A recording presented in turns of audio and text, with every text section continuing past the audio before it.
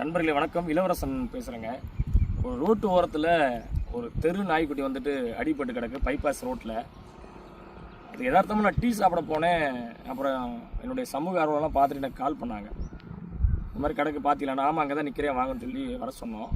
ரோட்டில் போகிற எல்லாருமே வந்துட்டு அந்த நாய் அடிபட்டுருக்கத பார்த்துட்டு தான் போகிறாங்களே தவிர அந்த நாயை எடுத்து ஒரு ஓரமாவது போட்டு போங்கிற அக்கறை யாருக்குமே இல்லைங்க. இதே ஒரு மனிதன் அடிபட்டு கிடந்தா நீங்கள் வேடிக்கை பார்த்து போவீங்களா? இந்த நாயெல்லாம் வந்துட்டு தெரு நாயெல்லாம் வந்துட்டு ரோட்டில் வந்து நம்ம அடிபட்டு நம்ம உயிரை மாற்றிக்கணும் அப்படின்னு ரோட்டில் ஒடியாடுறது இல்லைங்க. அது ஏதோ ஒரு அவசரத்தில் ஏதோ ஒரு உணவை தேடி தான் இங்கிட்டு கிராஸ் பண்ணுமே தவிர பயத்தில் கிராஸ் பண்ணுறப்ப நம்ம வாகனத்தில் வந்து அது அடிபட்டு அது உயிர் இறந்துருது. ஒருவேளை இந்த வண்டியை அடிக்கிறவங்க அதை நிப்பாட்டி கூட எடுத்து தூக்கி கூட போக பண்ணுறாங்க. அது அப்படியே ரோட்டில் போட்டு போயிடுறாங்க. அது என்ன ஆகும்னா அது போகிற வர வண்டியெல்லாம் அந்த உடல் மேலே ஏற்றி அதனுடைய உடல் உறுப்புகள்லாம் தனித்தனியாக செதஞ்சு கடந்துச்சு அப்படின்னா மனிதர்கள் நமக்கு கண்டிப்பாக பாதிப்பை உண்டாகும். தயவுசெய்து வாகனம் ஓட்டக்கூடிய நண்பர்கள், இந்த ரோட்டில் பைபாஸில் எந்த ரோட்டில் போகக்கூடிய நண்பர்களாக இருந்தாலும் சரி, இந்த மாதிரி நம்மளை நம்பித்தாங்க இந்த மாதிரி உயிரினங்களை ஆண்டவன் படைச்சிருக்கான். அதுக்கு வாய் பேச தெரிஞ்சிருந்தால் வலின்னு கத்தோம்.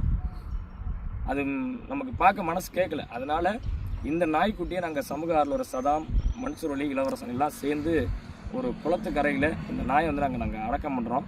இது ஏன் வந்துட்டு இது பேர் எடுக்கிறோங்கிறோம் அப்படிலாம் கிடையாது நண்பர்களே. இது வந்து ரோட்டில் போட்டு போனோம்னா அது அப்படியே அழுகி அதனுடைய உடம்புலேருந்து அது உஷ்ணமெல்லாம் ஊற்றுச்சுன்னா மனிதர்கள் நம்ம கண்டிப்பாக பாதிப்பை உண்டாக்கும்.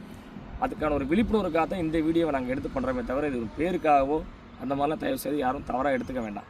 நீங்கள் எங்கேனாவது இந்த மாதிரி பார்த்தீங்கன்னா தயவுசெய்து எடுத்து நீங்கள் அடக்கம் முன்னாடியும் பரவாயில்ல, மனிதர்களுக்கு தீங்கு தரக்கூடாத இடத்துல ஒரு மரத்தடியிலே இல்லை ஓரமாக கொண்ட ஒரு செடி புதருக்குள்ளே கொண்டு போட்டு போயிட்டீங்கன்னா அது மனிதர்களுக்கு தீங்கு இது பண்ணாது.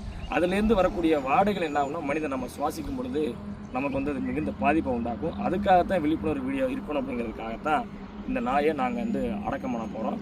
நாங்கள் அப்போ அடக்கமும் பண்ணியிருக்கிறோம்.